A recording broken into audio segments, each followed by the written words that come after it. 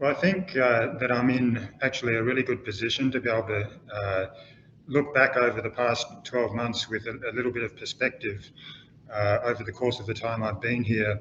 And I think if you think back to when I did arrive, the country was really in crisis mode.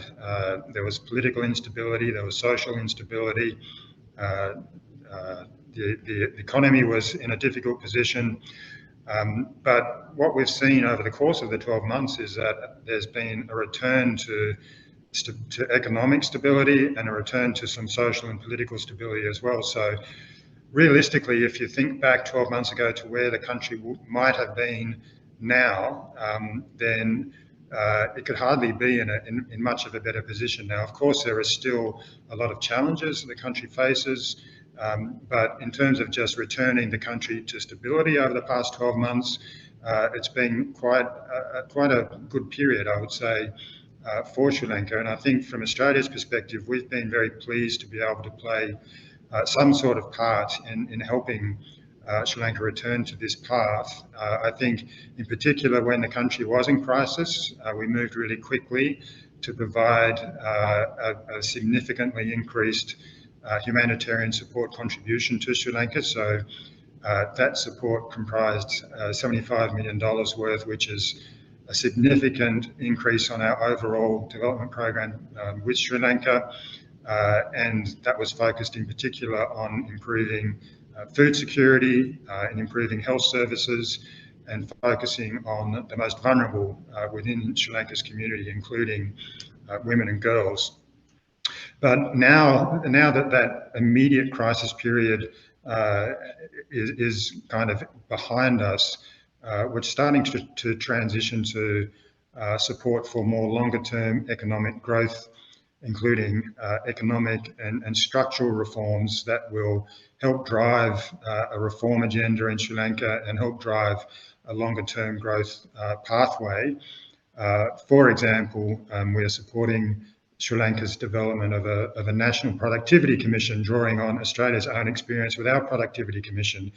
And this will give Sri Lanka an independent source of policy making and decision making, which will help to contribute to better decision making on economic policy issues and economic reform.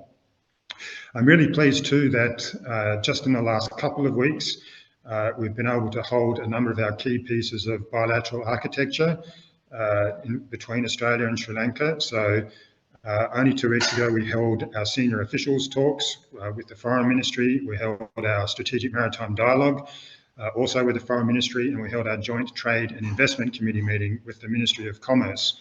And these 3 meetings are supposed to happen annually, but because of different events, obviously the pandemic and then the crisis here in Sri Lanka, they hadn't actually happened since 2019. So it had been 4 years since we've been able to hold each of those bilateral meetings. But it was, I think, very satisfying for me to be able to return to that pattern of engagement, and I obviously hope that we can sustain a pattern of having those meetings annually from now on. And I think another big thing that we're focused on too is helping to improve the investor climate here in Sri Lanka, because as Sri Lanka does move from crisis to stability and then hopefully to growth, it's really going to need to attract foreign investment to help drive that growth agenda looking ahead.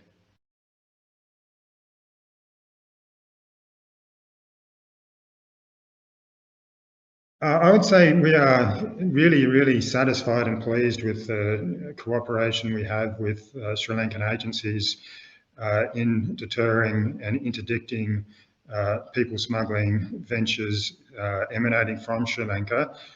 We have a very close partnership and habits and patterns of engagement with Sri Lankan agencies, which goes back over 10 years actually. So it's really quite institutionalized in the way that we partner and the way that we operate together. And that involves the Sri Lankan Navy, the Coast Guard, the Air Force, and the Ministry of Defence and the Ministry of Foreign Affairs. So we talk about our cooperation with Sri Lanka as on people smuggling as gold standard, and that's not a term we apply lightly, but it is a genuine description of how we feel our cooperation with Sri Lanka in this area is proceeding. And there are three, I guess, key aspects to that. One is the operational support and overall cooperation with the agency. So what that means is when there is a potential illegal venture being planned from Sri Lanka, then we move very quickly in an operational setting with the relevant Sri Lankan agency in order to both monitor and then, if needed, interdict that venture before it gets off the ground. So that operational cooperation is extremely important. We also do a lot of training and capability building with the different Sri Lankan agencies as well. So that's just intended to improve the human resource capability that the agencies and their personnel have, as well as some provision of assets, again, to increase capability. And we also have a very strong approach to messaging, and that is centered around the zero chance messaging framework. And what that really means is that any person in Sri Lanka who may be considering undertaking an illegal venture by sea literally has zero chance of making it to Australia, and that's borne out by the facts. Over the past 10 years, there has not been a single Sri Lankan who has made it to Australian shores, who has sought to do so through illegal means via a maritime venture. So we think that that sort of messaging has also been a really effective part of the overall way in which we are working with Sri Lankan agencies on this issue. And I should say too that the reason we do all of this and the reason we have such a close partnership and a close history of partnership is our concern to preserve the safety of lives at sea, because tragically, we do know that many years ago there have been lives lost at sea from people who were seeking to undertake an illegal venture to Australia, and we are very concerned to ensure that that does not happen again, and that people in Sri Lanka who may be considering undertaking one of these ventures are not tricked into doing so by people smugglers.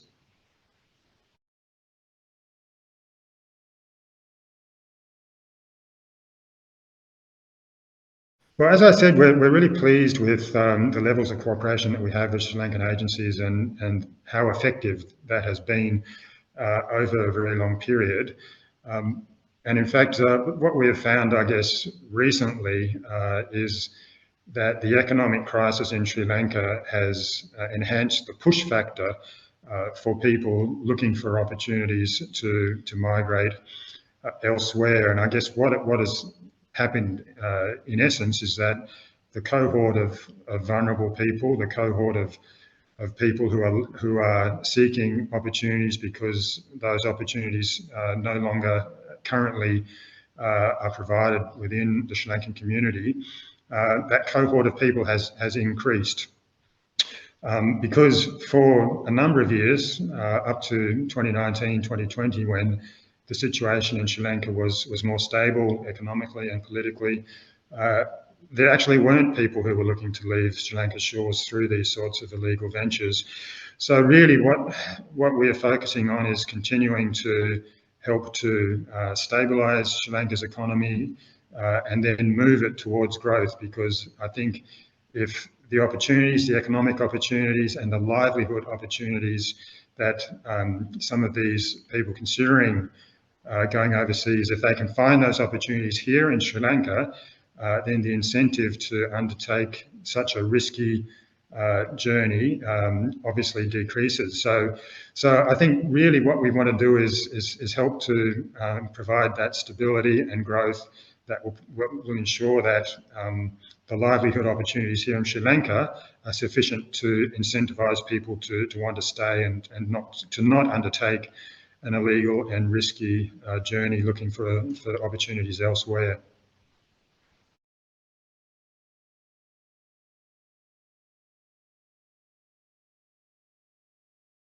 Well, that's a good question, and I do know that the crisis, obviously, as we all know, has had a real impact on the health sector here in Sri Lanka, and the health sector is certainly suffering. So that is an area that we have been focusing on. And I think, as I mentioned earlier, part of our response in terms of health security was intended to deal with the immediate humanitarian crisis that hit Sri Lanka 12 to 15 months ago. And so we provided emergency funding to UN agencies that serve as our delivery partners here in Sri Lanka. We reprogrammed some of our existing investments to prioritise food security, nutrition, social protection, medical assistance, and women's health issues. And I know, even though you asked about health security, I think the food security aspect is really linked to that, because we know if people have better nutrition and better access to good nutrition, then obviously their health condition is better as well.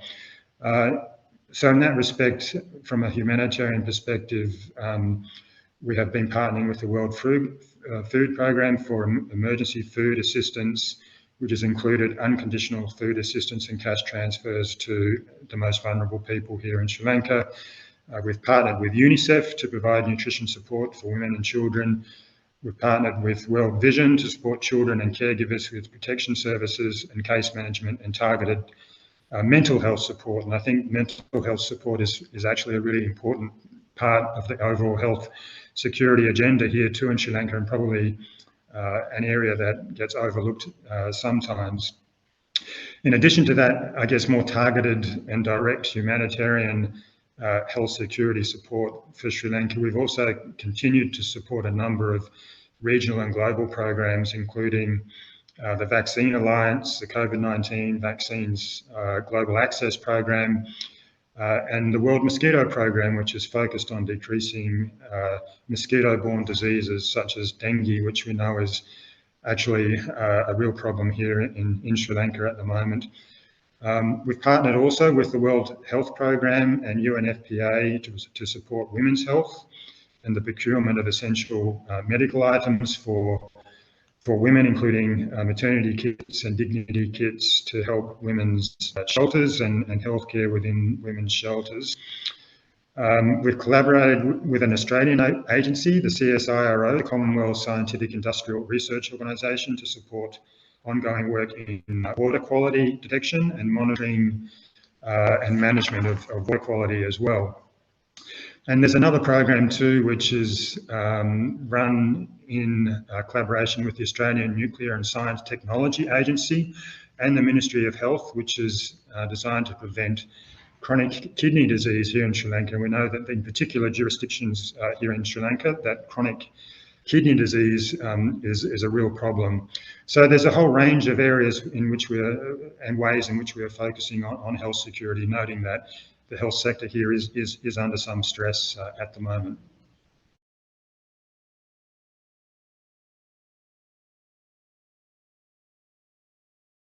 I think people-to-people links are one of the absolute underpinning strengths of the relationship between Australia and Sri Lanka, and there are a number of different ways in which that is represented.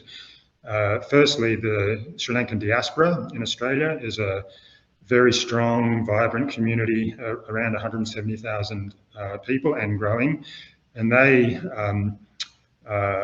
make an extremely positive contribution to Australian society in terms of our multi-ethnic and multicultural community. They also retain close links, obviously, to their friends and their families here in Sri Lanka, so that's a really strong point of connection between us. Education has for very many years been a strength of our people-to-people connectivity. There are over 30 Australian education institutions which have a relationship or a partnership with a Sri Lankan institution here in Colombo, and often they deliver Australian courses here in Colombo to Sri Lankan students before those students then go to Australia to finish off their degrees in Australia. The new Colombo plan as well is a part of that education relationship, which provides young undergraduates in Australia the opportunity to come to Sri Lanka and undertake internships or education courses as well. And that's a fantastic way for young people to understand Sri Lanka and to make connections here in Sri Lanka as well. We have the scholarships program as well through Australia Awards, which gives Sri Lankan students at master's level the opportunity to go to Australia and undertake a master's degree with the support of the Australian government. There's Australian volunteers as well who come to Sri Lanka to help in terms of often community level support, in particular programs in a wide variety of places here in Sri Lanka, not just in Colombo, but in different parts, and they again are part of that people-to-people connection.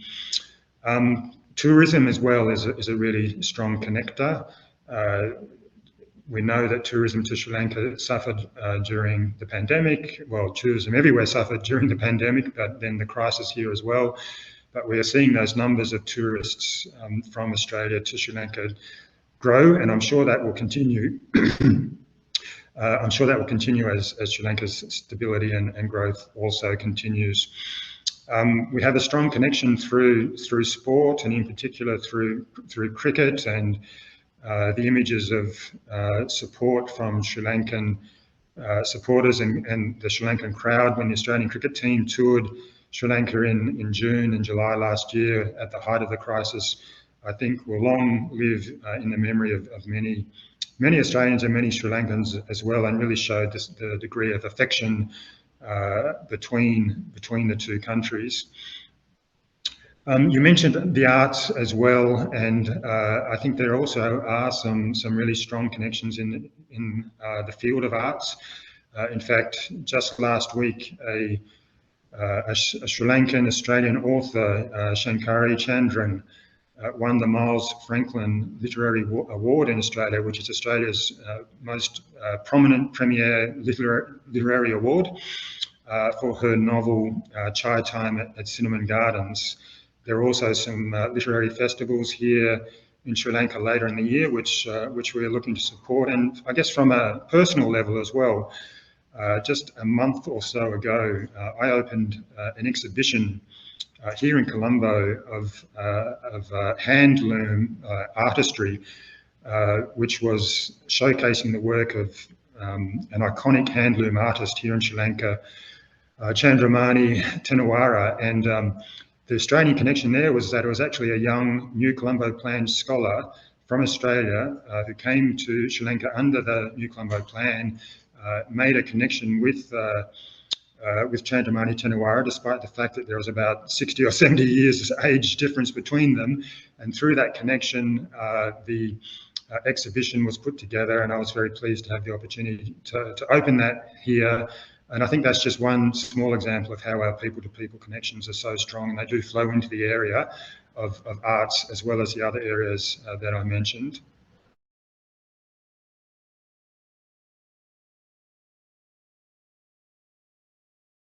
Well, I think there are a number of areas that we can look to continue to build our relationship in. One is in terms of the investment relationship, and in particular, I'm talking about Australian investment into Sri Lanka. So there are a number of Australian companies which are looking to make quite significant investments into Sri Lanka, in particular in the areas of renewable energy and resources. And I think if we can just help to make the investor climate in Sri Lanka a bit more conducive to foreign investment, which is really important for Sri Lanka's future growth prospects, then that would be a win-win for both of our countries. I talked about renewable energy, so I think climate and renewables is another area of great potential growth between us. Sri Lanka has an ambitious plan to have 70% of its energy supply provided by renewable sources by 2030. And Australia has a lot of expertise in the renewable sector, in wind, in solar, in battery storage. So I think there's a potential there to match up Australian capability with Sri Lankan ambition. I talked a little bit earlier about education. It's already a very strong part of the relationship, but I think there's definite potential to make that even stronger. And I know there are even more Australian institutions who are looking at Sri Lanka as a strong student market. We have a proposal actually which would allow Sri Lanka to set up an education hub here, perhaps in Colombo or somewhere nearby, whereby a number of Australian institutions could provide education services, not just to Sri Lankans, but to the region more broadly. So there's such a huge potential market around Sri Lanka, in southern India, in Bangladesh, Nepal, even in Africa. So with the right sorts of regulatory environment and reforms and some legislative change as well, Sri Lanka has the potential to become an education hub that could attract many, many students here for quality education provided by Australian institutions. Shipping and logistics is an area as well for potential growth. Sri Lanka obviously sits in an extremely important strategic location in terms of shipping routes from east to west. And I think if we can take advantage of that, then there's opportunities for further export of Australian commodities here, which could be subject to value addition here in Sri Lanka and then exported off into other markets. So that's an area that we could be looking to grow as well. And finally, I think we see Sri Lanka as really an important partner for us in the Indian Ocean. We know that the Indian Ocean region and the Indo-Pacific more broadly is becoming more contested. There is major power competition that is playing out throughout the Indian Ocean and the Indo-Pacific more broadly again. And we want to help enhance Sri Lanka's sovereignty and its agency to be able to make strong decisions in its own interest and in the interests of a more peaceful and stable and prosperous environment here. Remembering that Australia and Sri Lanka, although there is a reasonable distance between us, we are actually Indian Ocean neighbours. We share Indian Ocean coastlines. So that's another strong point of connection between us, and that kind of underpins our shared interest in strategic stability here in this region.